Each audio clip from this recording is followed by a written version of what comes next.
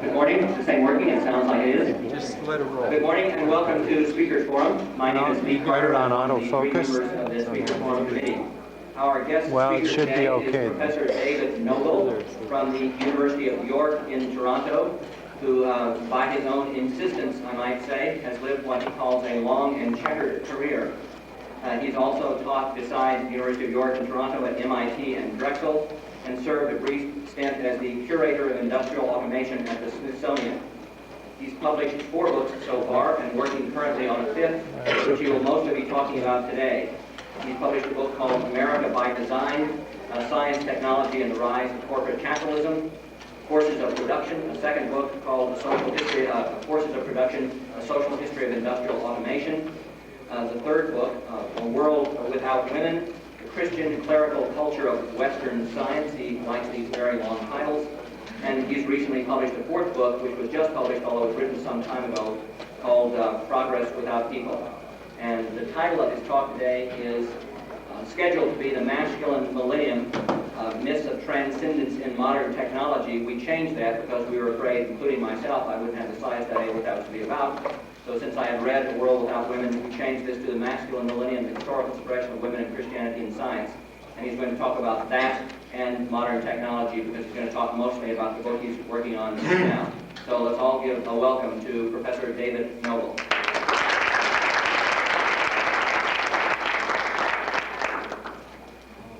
Thanks very much. It's great to be back in Arizona.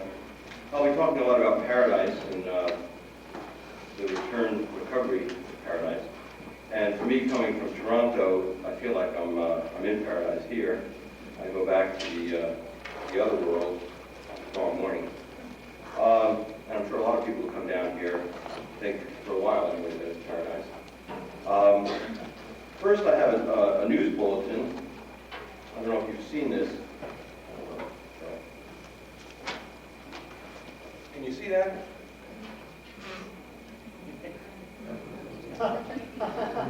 We're particularly, we Canadians are very proud of the Hubble telescope. We did a lot of work on that. And this was in the paper recently, and there's a close-up, which you might not be able to make out. Hubble telescope takes photo of heaven, and it says, incredible Hubble telescope photograph shows a radiant flash at the edge of the universe, filled with images of what appear to be buildings, glittering buildings.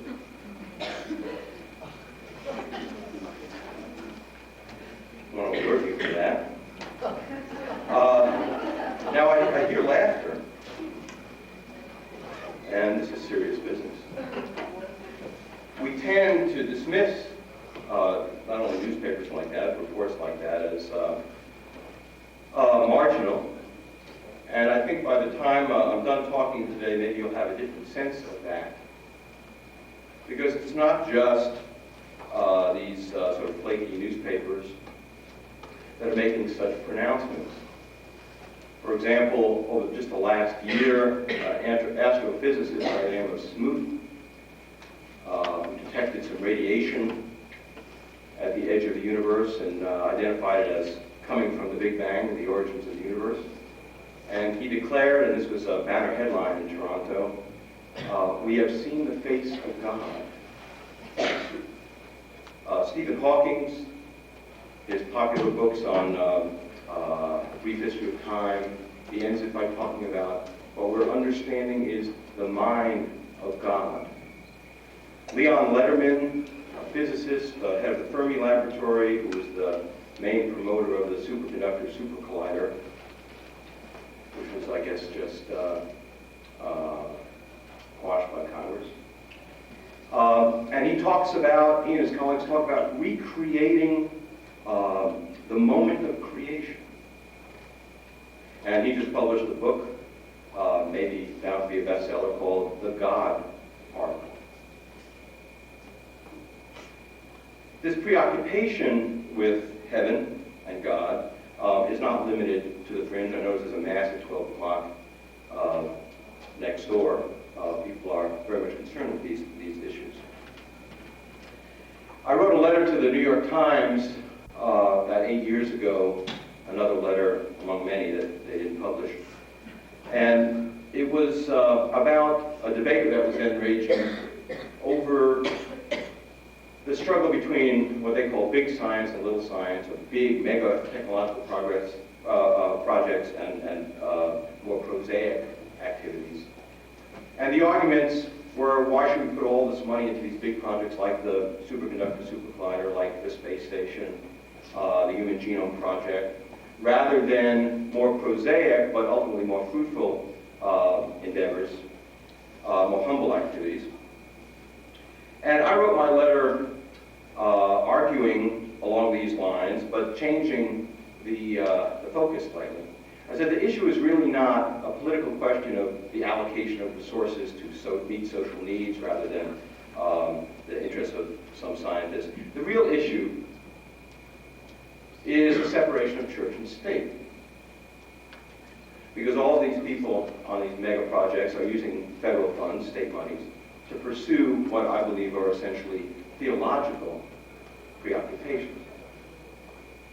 The search, for example, for a single unitary explanation of the universe makes no sense except within a monotheistic universe. Anyway, this is just by way of preface. I'll be talking about science and especially technology as religious activities, science as a sacred activity, and technology as an essentially transcendent activity. And just bear with me, I think it'll become a little more clear. I'm also talking about the exclusion of women from these domains. They're usually called traditionally masculine fields. The fields of science and technology are traditionally masculine. And women are being recruited into these traditionally masculine fields by hook or crook. It's not altogether successful. In fact, there's a relative decline now again, women enrollment in scientific fields. In all of the discussion, all the effort to recruit women, there's very little discussion about how these fields became, quote, traditionally masculine in the first place. There's an assumption that they've, and the word tradition evokes this, that they've always been that way.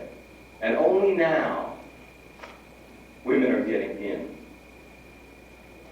I wrote this book, A World Without Women, in part to disabuse us of this sense of continuity, this sense of ancient primordial association, affinity between man and science. And what that book is about is a history of the last 2,000 years, again, looking at science as a sacred activity, as an activity of mediation between God and mortals, a clerical activity. And it's a history of a struggle that's still going on over the last 2,000 years between the clergy, self-anointed clergy, and others who sought God in a different way, and particularly women. And there were many episodes in the past where women were in what we now call science or the higher learning, and then they were forced out. In the 2nd century, in the 7th century, in the 11th century, in the 15th century, women were in and then they're out again. So it's not quite so simple to say, well, if you look at Platonic academies or read Aristotle, of course they were misogynist, and it's always been that way. It's not true. Women have been in and they've been forced out again.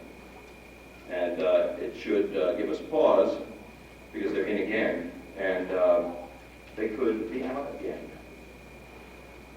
The women in the 7th century who ran the double monasteries believed that they were in for good, permanently.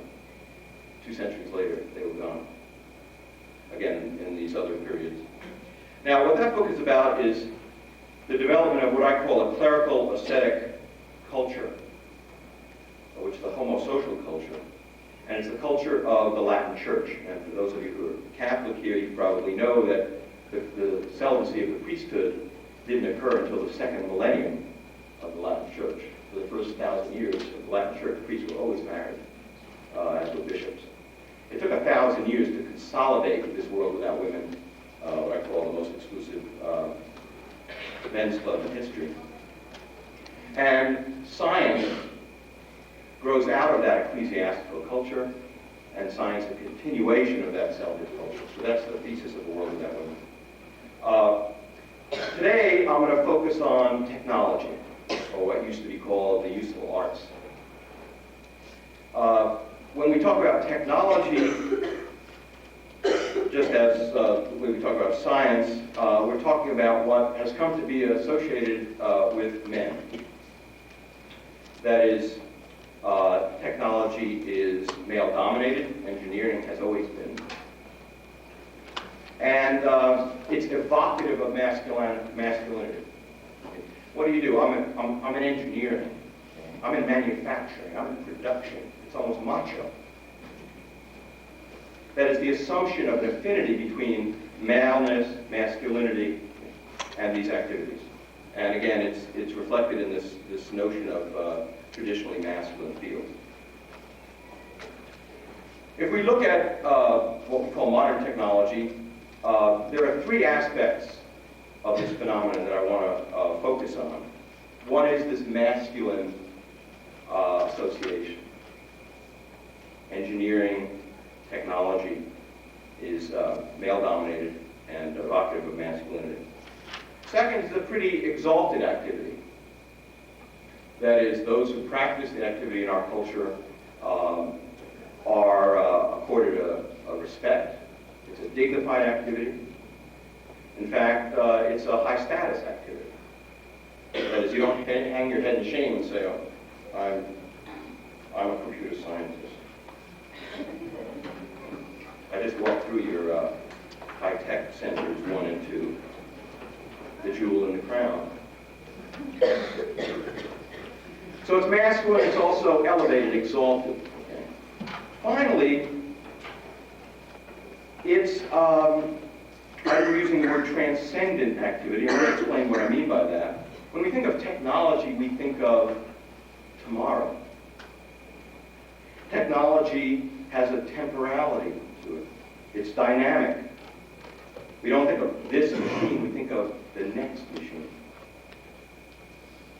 Technology, the idea of technology in our culture is suffused with the idea of progress, with the idea of deliverance, with the idea of salvation.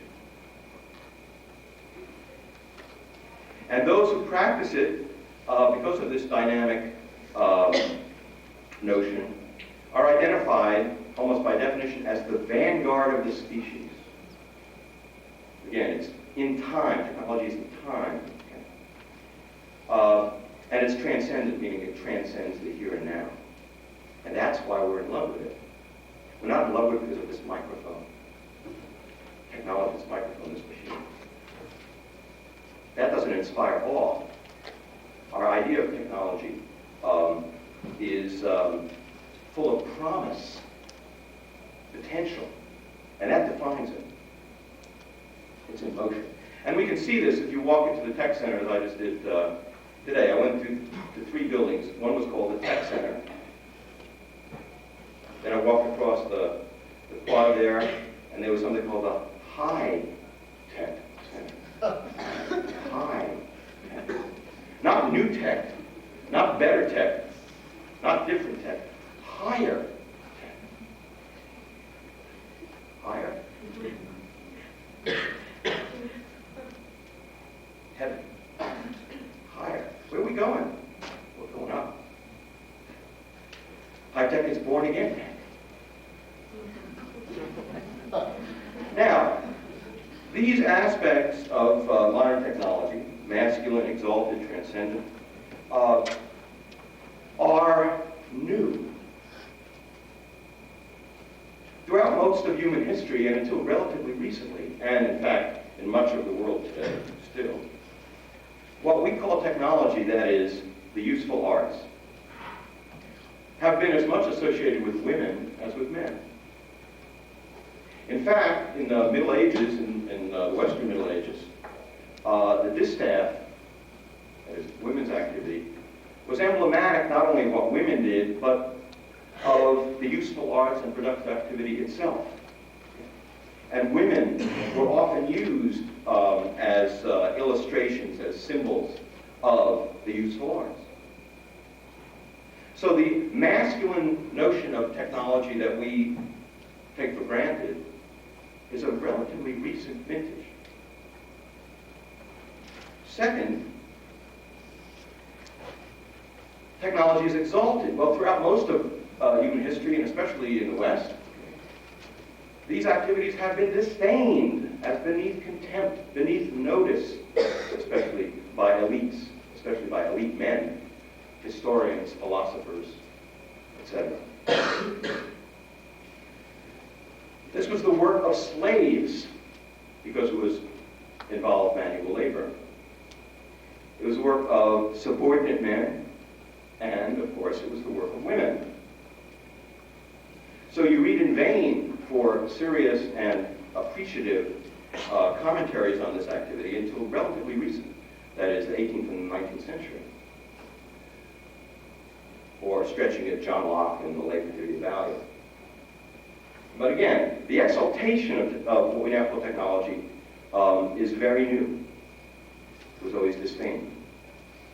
And I should say something about language. I mean, the word technology itself was coined in 1829. So that's why I'm going to use the useful arts, because before technology, the words manufacturers and useful arts were always used. Technology is a very recent coinage. Elite men had nothing to do with the useful arts unless they were somehow associated with transcendent activity, that is the fine arts, okay, goldsmiths, that is those people who are producing something to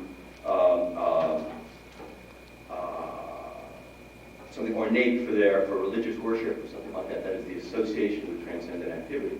But elite men throughout the world were always involved in activities of the spirit, the hunt. You know, hunting-gatherer societies, anthropologists have now pretty much definitively concluded, those people lived by the fruit of the gatherers, not by the hunt. The hunt was primarily ritualistic. Okay? They ate what women gathered, not what men killed. The hunt, warfare, religious activity, this is where elite men spent their time. So, and in many cultures today, too. You go into a village and the men are sitting around smoking whatever they smoke, and the women are doing all the work. And that's pretty much the history of our species. The activities, the useful arts, technology, have always been prosaic, even banal activities. Humble. They were aimed not at transcendence, but at meeting practical needs. That is, feeding people, providing shelter, clothing, and the like. That is, their aim was utility, not transcendence. And utility in the here and now, or let's say, maybe over the coming months from Canada, we think about the winter, and so not the immediate here and now, but pretty much the here and now. So how do we explain this shift, this relatively recent shift, in our understanding of technology? From something that was as much associated with women as with men to something that is quintessentially masculine. Something that was disdained to something that is exalted. Something that was practical and aimed at utility to something that looks to the stars and is transcendent in its essence. How do we explain it? Well, just as science, I think, is a sacred activity, and we can understand the exclusion of women from that realm in terms of struggle over the clergy. Here we have a similar phenomenon. The central project, or myth, or story of Western society has always been, and remains, the story of salvation. And if we want to understand this shift, we have to put technology in this context. Now what I'm going to do, because I know some of you are going to leave early, you have your class, I'm just going to read about a page just by way of summary, and then elaborate.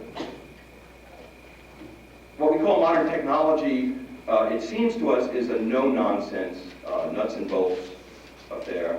Again, the quintessence of utility, concreteness, practicality.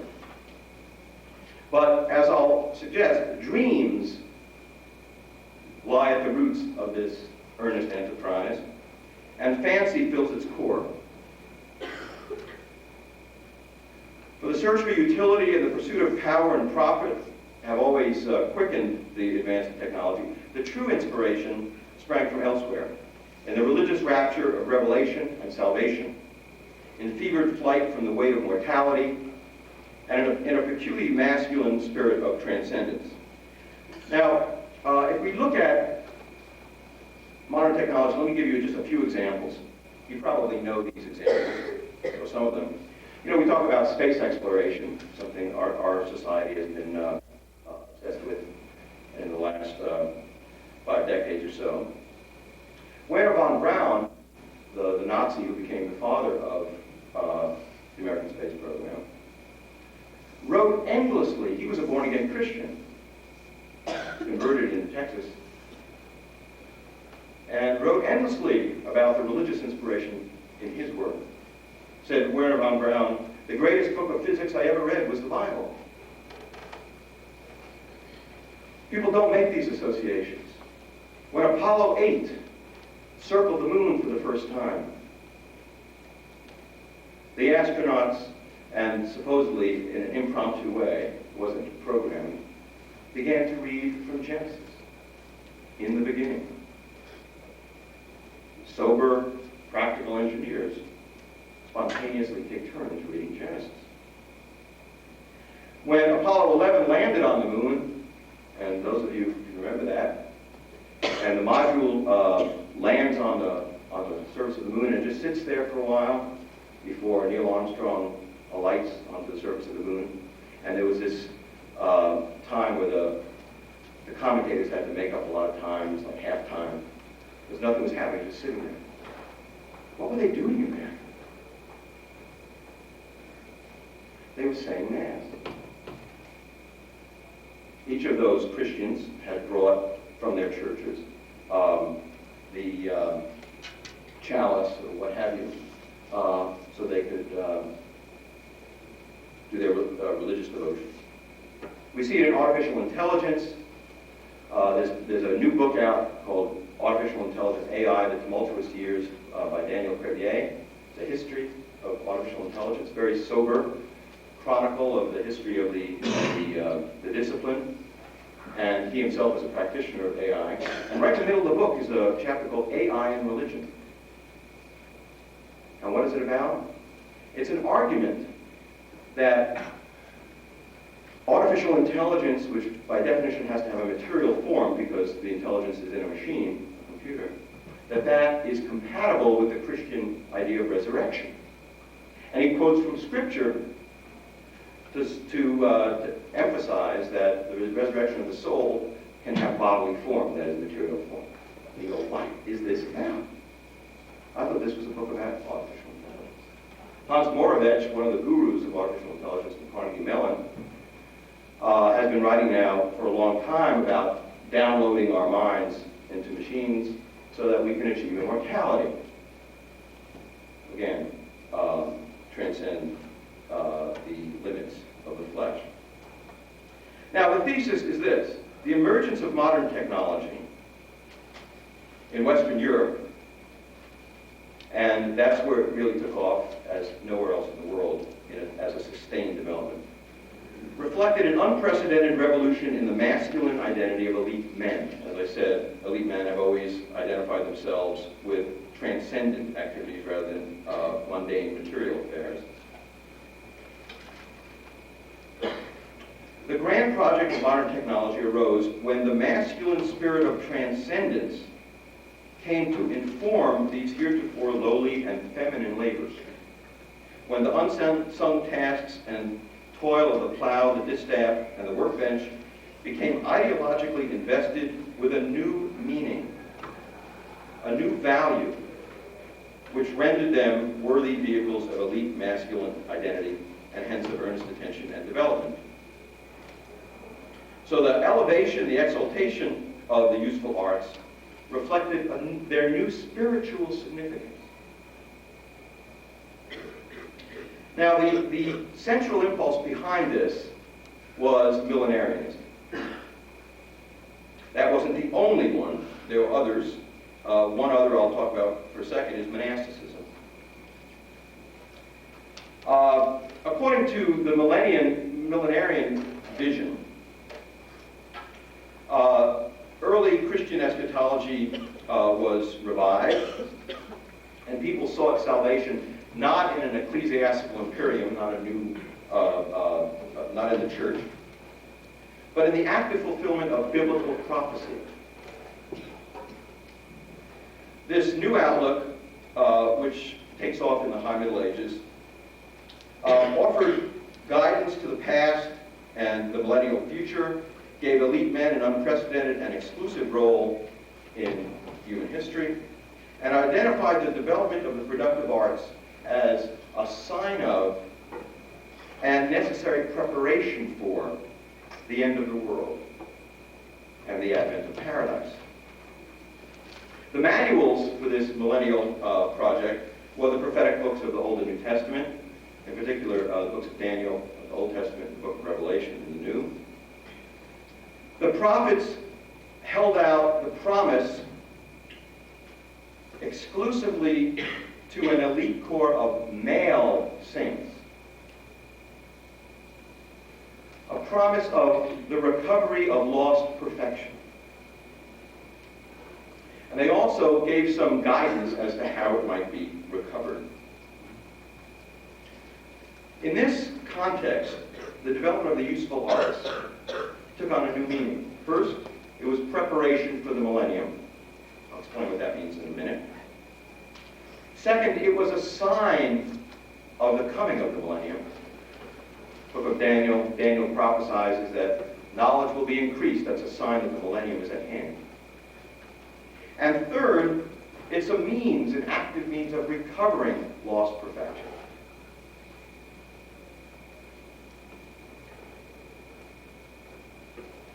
The story, and I'm sure you're all familiar with it because it's a central story, mythology of our culture. The recovery of perfection. The book of Revelation is the happy ending of the Bible. That is, the recovery from the fall. The happy ending of the first book of the Bible.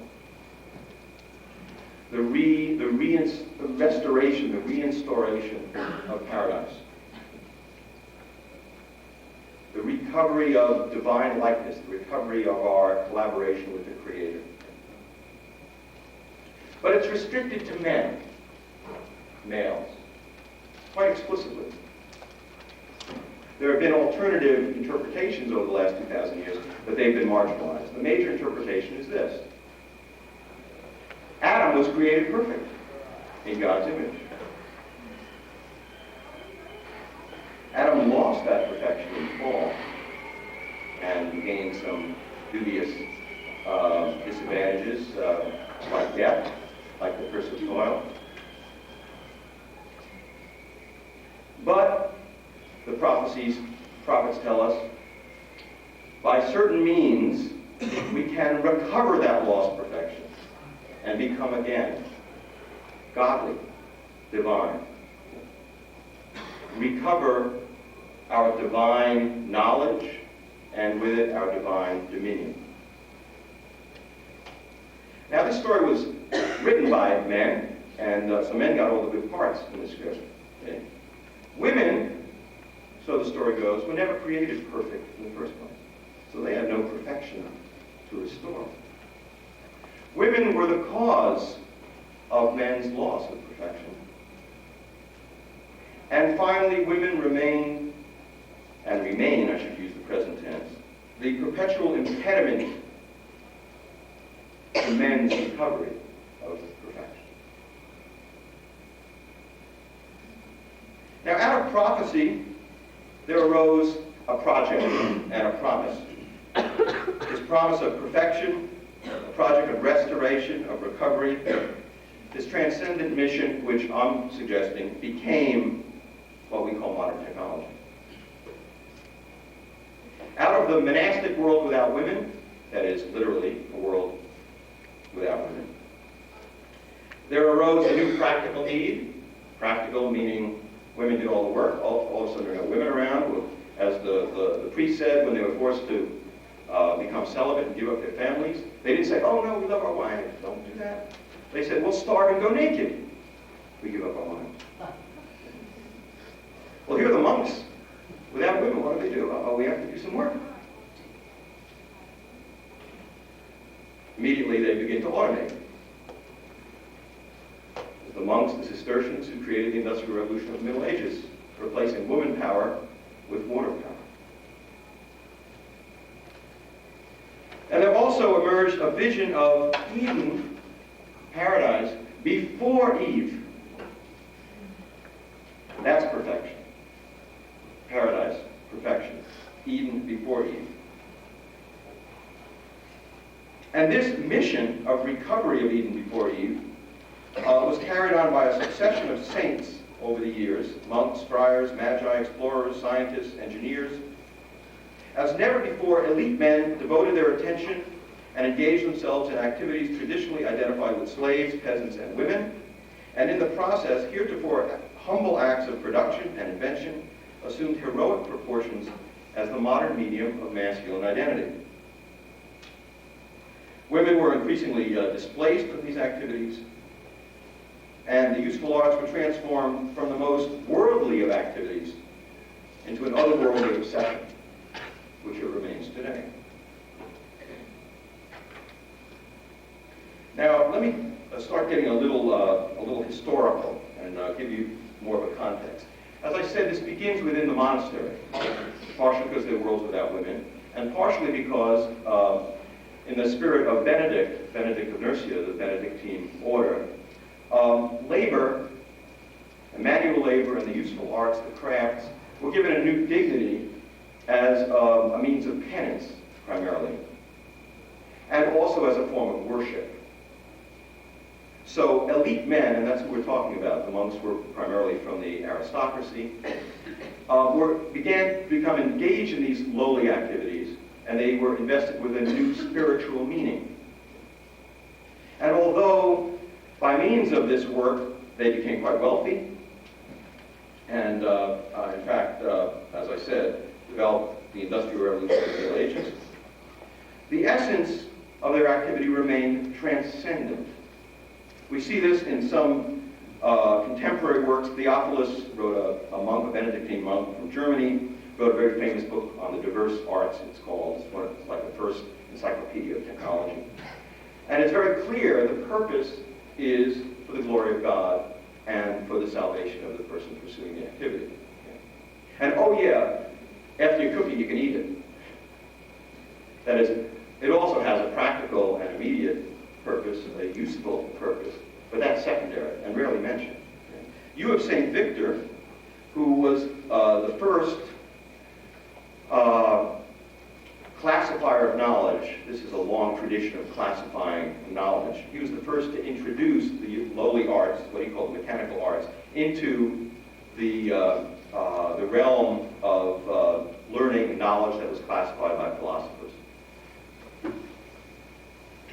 And he made it very clear the purpose of this was not utility. He said, and I'm quoting from you of St. Victor, he's a monk also. This, then, is what the arts are concerned with. This is what they intend, namely, to restore, again the language, restore within us the divine likeness. That is, to recover the God-given knowledge and dominion we used to have. The monastic elevation, exaltation, and also masculinization of the useful arts began a process that really takes off, so to speak, with millenarianism. And many of you, I think, are familiar with what this means. The millennium comes from the book of Revelation, the return of the Messiah, the return of Christ, will be followed by a period of 1,000 years, the millennium, during which time the elect, the elite, the saints from among mortals will reign with Christ for 1,000 years. And at the end of that time, Satan, who has been bound up for 1,000 years, will then be finally destroyed, and the end of the world will ensue, and the creation of a new heaven and a new earth. The key text then is the book of Revelation. And if we look at the book of Revelation, and a lot of people read it, but for some reason miss this part of it, or explain it away, It's quite explicit about who goes and who doesn't. There's an illustration by Durer, the 15th century, of the passage from the book of Revelation. And I looked, and lo, a lamb stood on Mount Zion, and with him 144,000, having his father's name written on their foreheads. And they sung, as it were, a new song before the throne, and no man could learn that song but the 144,000 which were redeemed from the earth. These are they which were not defiled with women, for they are virgins. These were redeemed from among men, being the first fruits unto God and to the Lamb. Blessed and holy is he that hath part in the first resurrection. They shall be priests of God and Christ, and shall reign with him 1,000 years. Pretty straightforward. Most of the people who read that understood that it was a male-only adventure. And not only male-only, but just some males, that is, those who had not been defiled with women. Monks, for example. There were some women who tried to embody this belief and ended up usually being unceremoniously or ceremoniously killed. Millenarianism, for the first 1,000 years of the Christian era, remained, starting in the 4th century when the church consolidated. Millenarianism became essentially a dissenting view, because people said, hey, Pope, move over, the man is back. Yeah. That is a challenge to establish authority. So the church sort of explained it away. They said, the Latin church said, the millennium already happened, we're it. Yeah. So you want to go ahead and come to us. A lot of people didn't buy that. It remained a dissenting activity and a heretical activity until the High Middle Ages, when it was reinterpreted, and the key person you might have heard of, but probably not, is a man named Joachim of Fiore, or Flora, who was a monk, a Cistercian monk, who reinterpreted millenarianism, had a revelation, reading the book of Revelation.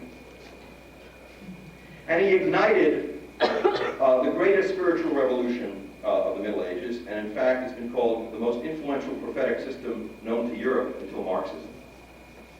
The influence of Joachim's system pervades almost all social theorists well into the 19th century. According to Joachim of Fiore, history proceeds in 3 stages: the period of the Father, the Son, and the Holy Spirit. The third one is the Holy Spirit. We're in the period of the Holy Spirit now, says Joachim of Fiore. And the vanguard of movements of the millennium, he called it the Viri Spirituales, the spiritual men. They are the vanguard leading us to the millennium, to the recovery of perfection. And against Joachim of Fiore, a Cistercian monk, a rigorous ascetic, it went without saying that this is men only. Okay. Now for Joachim, this new age was represented by monks, namely him and his friends. We are the spiritual men leading us to the millennium. And the way we're going to do that is through contemplation, through what he calls spiritual illumination. And through our contemplation, we will bring about the millennium. Very quickly, soon after he died, a new group, the Franciscans, and especially the spiritual Franciscans, assumed the mantle of the spiritual men and said, no, it's not through monastic contemplation, it's through evangelizing and spreading the gospel. And you read the prophecies, and they talk about that. The Jews have to be converted, and this and that. If we can convert everyone in the world to Christianity, that will bring about the millennium. So the Franciscans said, we are the spiritual men. And some of them, in particular someone you've heard of named Roger Bacon, who's a spiritual Franciscan, and also an Oxford and Parisian master, professor, he adds a new twist. The useful arts is going to be a vehicle of bringing about the millennium. People read Roger Bacon and they say, wow, look at this guy, he's so modern. He talks about submarines and airplanes, and so Roger Bacon is seen as a forerunner of our time. And they ignore what he's writing about. And that's what he's writing about. His books are just saturated with references to the 144,000. To the whore of Babylon, to the achievements of those he refers to as the sons of Adam, who have laid the basis for a recovery of Adam's perfection. The end of the world, I'm quoting now from Bacon. He says, all wise men believe that we are not far removed from the times of Antichrist. And he wrote his celebrated letters to the popes. He became the first promoter. He would have been a champion of your high-tech center. He wrote to the Pope and he said, the Antichrist will use these means freely and effectively in order that he may crush and confound the power of this world. Therefore, the Church should consider the employment of these inventions because of future perils in the times of Antichrist, which, with the grace of God, it would be easy to meet if prelates and princes promoted study and investigated the secrets of nature and of art. Useful laws have to be promoted, not so we can eat and clothe ourselves, but so that we can defeat the Antichrist. We see the same thing with other Franciscans, and I won't belabor it, especially in the so-called New World. Geronimo Mendieta, for example, a Franciscan, wrote about the New World as the recovery of paradise. The successors to the friars, the missionaries, the evangelists, were the explorers themselves, the so-called Age of Discovery. And these are people who were grounded in the advances of the arts, shipbuilding, navigation, metallurgy, weaponry. They epitomized the promotion of the arts, and they also epitomized the active quest for the new paradise, the recovery of paradise. And like the male monasteries and the mendicant orders, the friars, the Franciscans, there were no women. Their voyages also excluded women, which is why some of them failed. You know, the Jamestown, people never knew what happened to Jamestown. Well, there were no women in that enterprise, and they starved to death. Now, the central figure among this new breed of spiritual men was, of course, Christopher Columbus. You've probably heard of Christopher Columbus. Columbus was a devout millenarian and a Yoakamite, and was very explicit about it. You don't see it in the movies about Columbus, but he says, I'm quoting Columbus, God made me the messenger of the new heaven and the new earth, of which he spoke in the Apocalypse of St. John, after having spoken of it through the mouth of Isaiah. And he, God, showed me the spot where to find it. He wrote to his patrons, Ferdinand and Isabella, reason, mathematics, maps of the world were of no use to me in the execution of the enterprise of the Indies. What Isaiah said was completely fulfilled, and that is what I wish to write here in order to remind your highnesses of it, so that you may rejoice when I tell you by virtue of the same authorities, the prophets, that you are assured of certain victory in the enterprise of Jerusalem if you have faith. The enterprise of Jerusalem, the new Jerusalem, the paradise. And he believed that he had found what he called the new terrestrial paradise. He called himself the Christophorus, the Christ bearer, and was not only biblical prophecy, but Joachim himself and Roger Bacon had prophesied that the person who would rebuild the temple on the top of Mount Zion would come from Spain. Columbus gets into this boat with these guys, and they go over the horizon. And everybody's saying, uh-oh, what are we going to do now? He was confident he had resolve. Why? Where did his confidence come from? He was sent. In the next centuries, the Renaissance, we see the same spirit in the key figures, Ficino, Pico della Mirandola, the alchemists, Agrippa, Paracelsus. They were involved in a religious revival, and they were steeped in millenarian thought. And I'll just skip over that.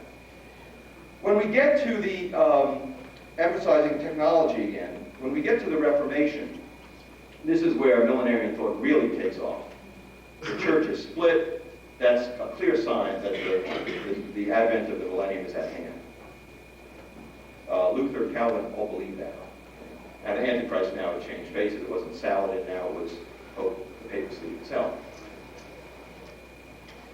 Everyone was writing their commentaries on the book of Revelation.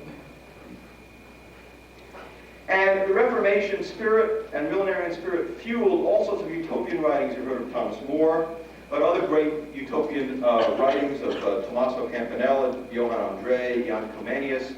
These are the first so-called technological utopias. Every one of these utopias had to have a craft, and the useful arts were a central activity for everyone. If you read these utopias, again, the spirit becomes very, very clear. Andre, in his Utopia Christianopolis, he says, where we're using the useful arts not always because necessity demands it, but in order that the human soul might have some means by which it and the highest prerogative of the mind may unfold themselves through different sorts of machinery, or by which, rather, the little spark of divinity remaining to us may shine brightly. The practice of the arts allowed men, as he put it succinctly, to return to themselves. That is, to return who they really are. In the Rosicrucian manifestos, which led to the technological revival upsurge of the 17th century, the language is the same. God hath certainly and most assuredly concluded to send a grant to the world before her end, which presently shall ensue. Such a truth, such life and glory as the first man Adam had, which he lost in paradise. The key person here is Francis Bacon, the so-called father of science, scientific method, steeped in the millenarian tradition. On the cover of his masterpiece, The Great Instauration, which is the Restoration, is the quote from the book of Daniel. And you can't read Bacon without reading about the same mission.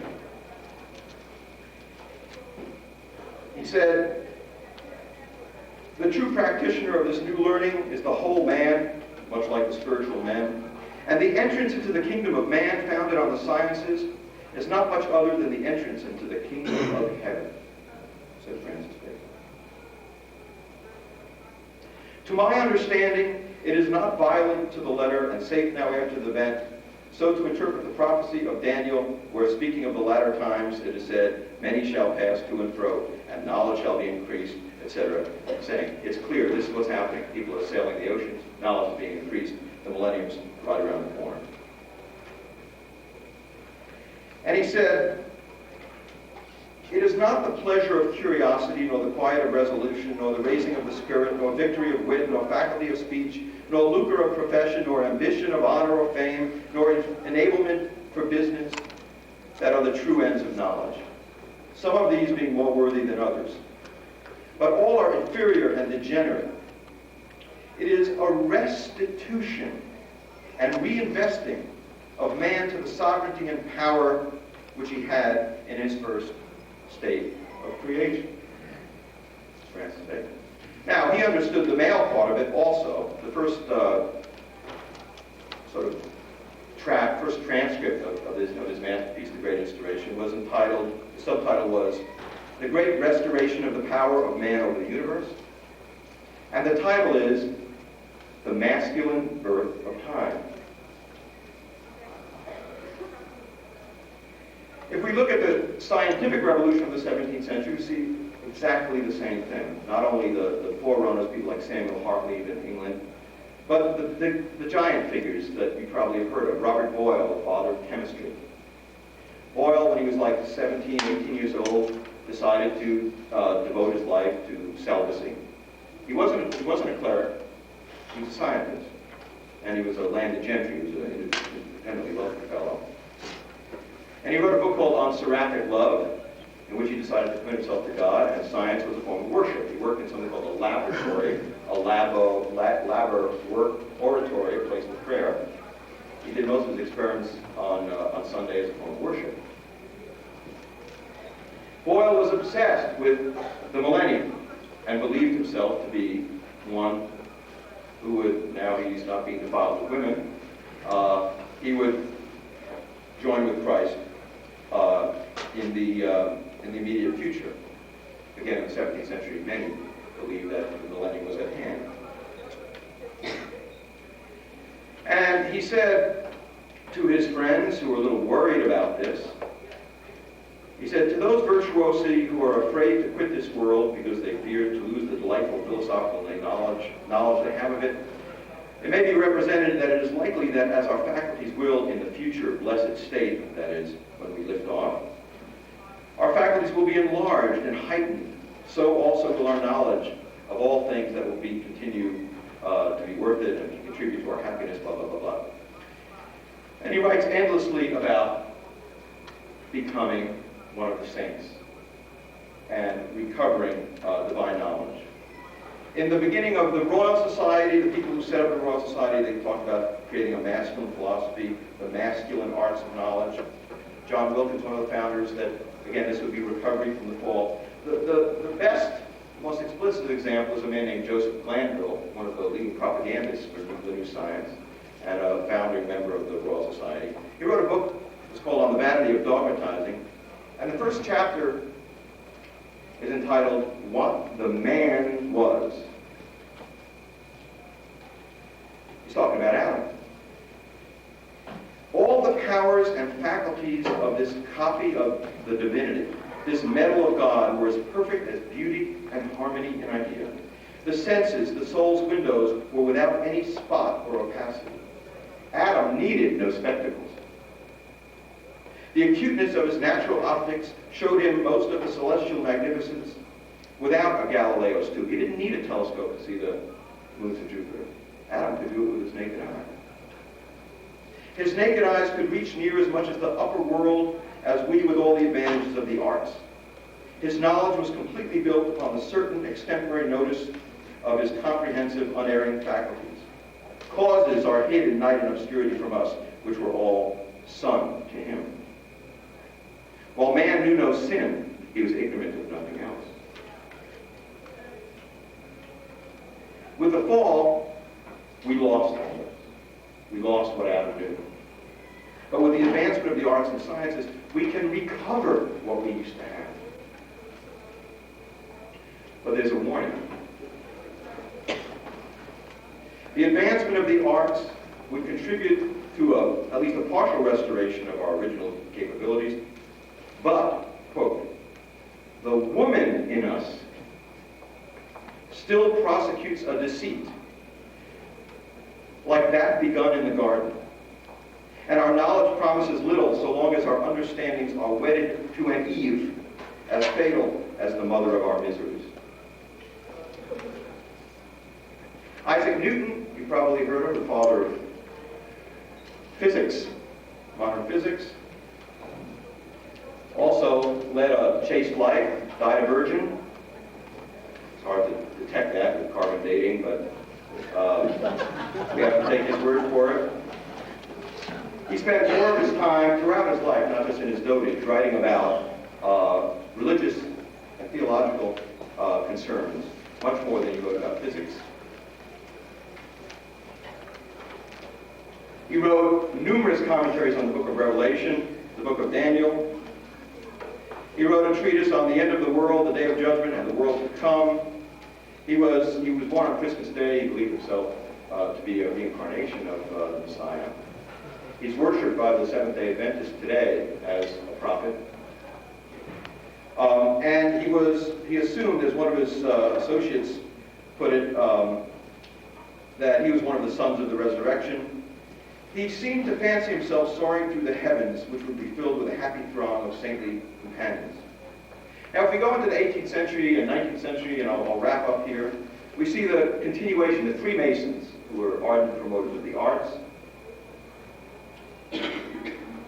Their constitution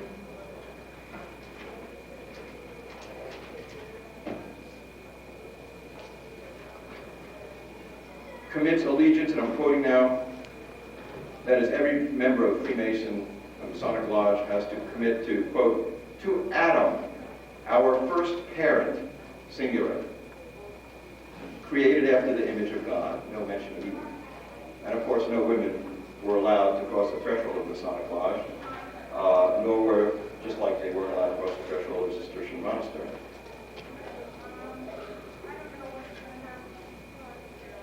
This mission continues in our own day. In the 19th century, I'll just skip it, but Auguste Comte, who was the founder of what we call sociology, He divided history. He also had a revelation into three parts. He called it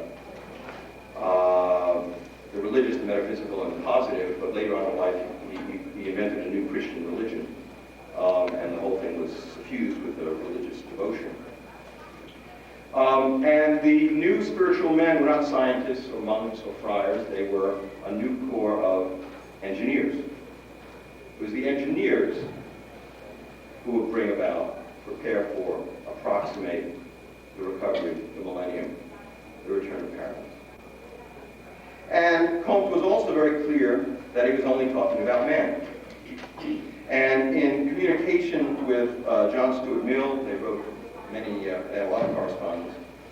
Comte, although he had a reverence for women, sort of a sentimental emotion, insisted that women were inferior beings incapable of either industrial command or scientific thought. And he wrote to Mill, "The natural movement of our industry certainly tends gradually to pass to men the professions long exercised by women." That is, it's a natural progression. Again, the progression is a return to paradise, to Eden before Eve. When Russell Schweickart, the Apollo 9 astronaut, came back, he wrote a book about his adventures, and he wrote, when you're up there, he says, you think about what you're experiencing and why. Why do you deserve this fantastic experience? Are you separated out to be touched by God, to have experiences that others cannot have? Sherwood Anderson, a playwright and novelist, back in the 30s, wrote a magnificent book called Perhaps Women, about man and technology. And he said, in a factual age, women will always rule. But let her come into my man's world, the world of fancy, and surely I will lose her there. Thank you.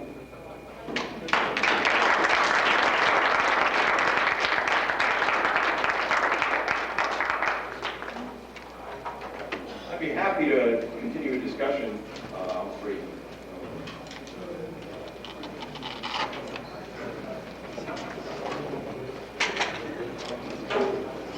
Are there any questions for Professor Noble?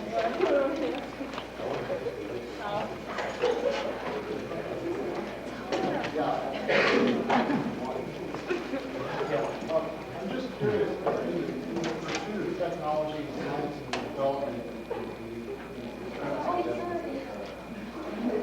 this is to reach a God wants to. I'm curious, it's not, in fact, it's not a question designed to find out whether or not there is a God, whether or not God in fact exists, because we're so desperate to justify his own existence. Since up to this point, God doesn't seem to satisfy a lot of people who think very well.